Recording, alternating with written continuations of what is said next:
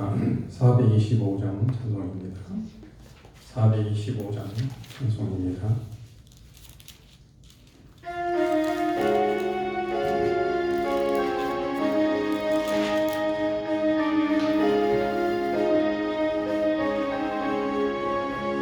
주님의 뜻을 이루소서. 고요한 중에 기다리는 진흙과 같은 날 빚으사 주님의 영상 만드소서. 주님의 뜻을 이루소서. 주님과 엎드리니 나의 맘속을 살피시사 눈보다 있게 하옵소서. 주님의 뜻을 이루소서. 병들어 몸이 피곤할 때 권능의 손을 내게 펴사 강건케 하여 주옵소서. 주님의 뜻을 이루소서. 온전히 나를 주장하사 주님과 함께 동행하는 만민이 알게 하옵소서.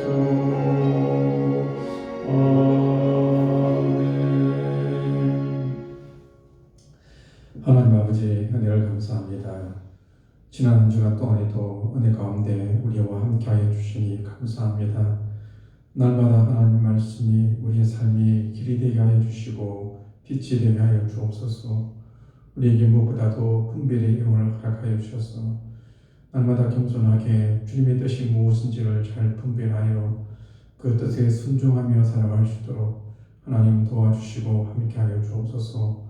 오늘 주일 모든 예배와 말씀 가운데 함께 해주시고 온전히 주님의 뜻만이 증거되어지며 하나님의 강한 영광이 들려드릴 수 있는 귀한 복된 날 될 수 있도록 주님께서 도와주시며 함께하여 주옵소서. 예수 그리스도 이름으로 기도드리옵나이다. 아멘. 하나님 말씀 보겠습니다.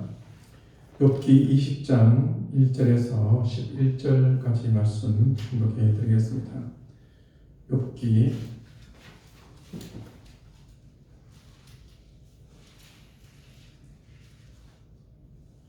20장 1절부터 11절까지 말씀입니다. 남아 사람 소발이 대답하여 이르되 그러므로 내 초조한 마음이 나와 하여금 대답하게 하나니 내 중심이 조급함이니라. 내가 나를 부끄럽게 하는 책망을 들었으므로 나의 슬기로운 마음이 나로 하여금 대답하게 하는구나. 내가 알지 못하느냐. 예로부터 사람이 이 세상에 생긴 때로부터 악인이 이긴다는 자랑도 잠시로 경건하지 못한 자의 즐거움도 잠깐이라. 그 존귀함이 하늘에 닿고 그 머리가 구름에 미칠지라도 자기의 똥처럼 영원히 망할 것이라. 그를 본 자가 이르기를 그가 어디 있느냐 하리라. 그는 꿈같이 지나가니 다시 찾을 수 없을 것이요 밤에 보이는 환상처럼 사라지리라. 그를 본 눈이 다시 그를 보지 못할 것이요 그의 처소도 다시 그를 보지 못할 것이며 그의 아들들은 가난한 자에게 은혜를 구하겠고 그도 얻은 재물을 자기 손으로 도로 줄 것이며 그의 기골이 청년같이 강장하나 그 기세가 그와 함께 흙에 누우리라. 아멘. 오늘 본문은 욥의 대답에 대한 그 남아 사람 소발의 대답이 나옵니다. 19장에서 욥은 부활의 신앙을 말하고 있습니다. 그는 비록 이 땅에서는 여러 가지 고난을 당하지만은 그의 몸이 죽고 난 뒤에 부활한 후에 하나님께서 그를 만나 주시고 하나님께서 그를 알아주실 것이라고 그렇게 말을 하고 있습니다. 그러니까 비록 이 땅 가운데서는 인정을 받지 못한다 할지라도 부활 이후에 하나님께서 그의 의로움을 인정해 주실 것이라고 하는 그런 대답이었습니다. 이 말에 대해서 이제 이 나아마 사람 소발이 대답을 합니다. 그런데 오늘 본문을 자세히 보면 이 소발은 굉장히 감정적인 것을 볼 수 있습니다. 2절을 보시면 그러므로 내 초조한 마음이 나로 하여금 대답하게 하나니 이는 내 중심이 조급함이라 그렇게 말을 하고 있습니다. 그러니까 지금 이 소발이 지금 이 대답을 할 때 굉장히 마음 가운데 조급한 마음으로 대답을 하는 것을 볼 수가 있습니다. 그런 말이 있습니다. 조급함은 사탄의 초청장이다라고 하는 그런 말도 있습니다. 우리가 어떤 일들이 있을 때, 어떤 생각이 있을 때 그것을 조급한 마음을 가지고 또 감정적으로 대답을 하다 보면은 대부분의 경우에 그것이 온전한 하나님의 뜻을 드러내기보다도 오히려 잘못된 것을 증거하는 그런 경우가 굉장히 많습니다. 오늘 소발은 뭔가 조급한 마음을 가지고 또는 초조한 마음을 가지고 감정적으로 욥의 대답에 대해서 이야기를 합니다. 그러면서 또 그는 교만하기까지 합니다. 3절을 보시면 내가 나를 부끄럽게 하는 책망을 들었으므로 나의 슬기로운 마음이 나로 하여금 대답하게 하는구나 라고 말합니다. 이게 보시면 내가 나를 부끄럽게 하는 책망을 들었다라고 말하는데 사실 욥은 친구들에 대해서 크게 책망하지 않았습니다. 단지 하나님께서 부활 이후에 나를 인정해 줄 것이라는 말만 했을 뿐인데 그 말을 자신을 책망하는 말로 듣고 있습니다. 그러면서 그는 이렇게 말합니다. 나의 슬기로운 마음이 나로 하여금 대답하게 하는구나. 그는 지금 자신의 생각이 슬기로운 생각이고 자신의 마음이 슬기로운 마음이다라고 말합니다. 그래서 나의 슬기로운 마음이 나로 하여금 이 대답을 하게 하는구나라고 말합니다. 근데 우리는 지금 이 욥기 전체를 알기 때문에 마지막에 하나님께서 어떻게 판단하시는가를 알고 있습니다. 그리고 지금 이 친구들의 모든 대답들이 모두 잘못된 것이라는 것을 알고 있습니다. 근데 지금 이 나아마 사람 소발은 마치 자신이 제일 슬기로운 사람인 것처럼 그렇게 대답을 하고 있습니다. 그래서 우리가 항상 하나님 앞에서 우리 자신을 살펴볼 것은 내가 어떤 생각을 할 수 있고 말을 할 수가 있지만 그 모든 것들을 마지막에 하나님께서 판단하실 날이 온다라고 하는 것입니다. 그래서 항상 우리는 하나님 앞에서 겸손한 마음을 가지고 살아가야 됩니다.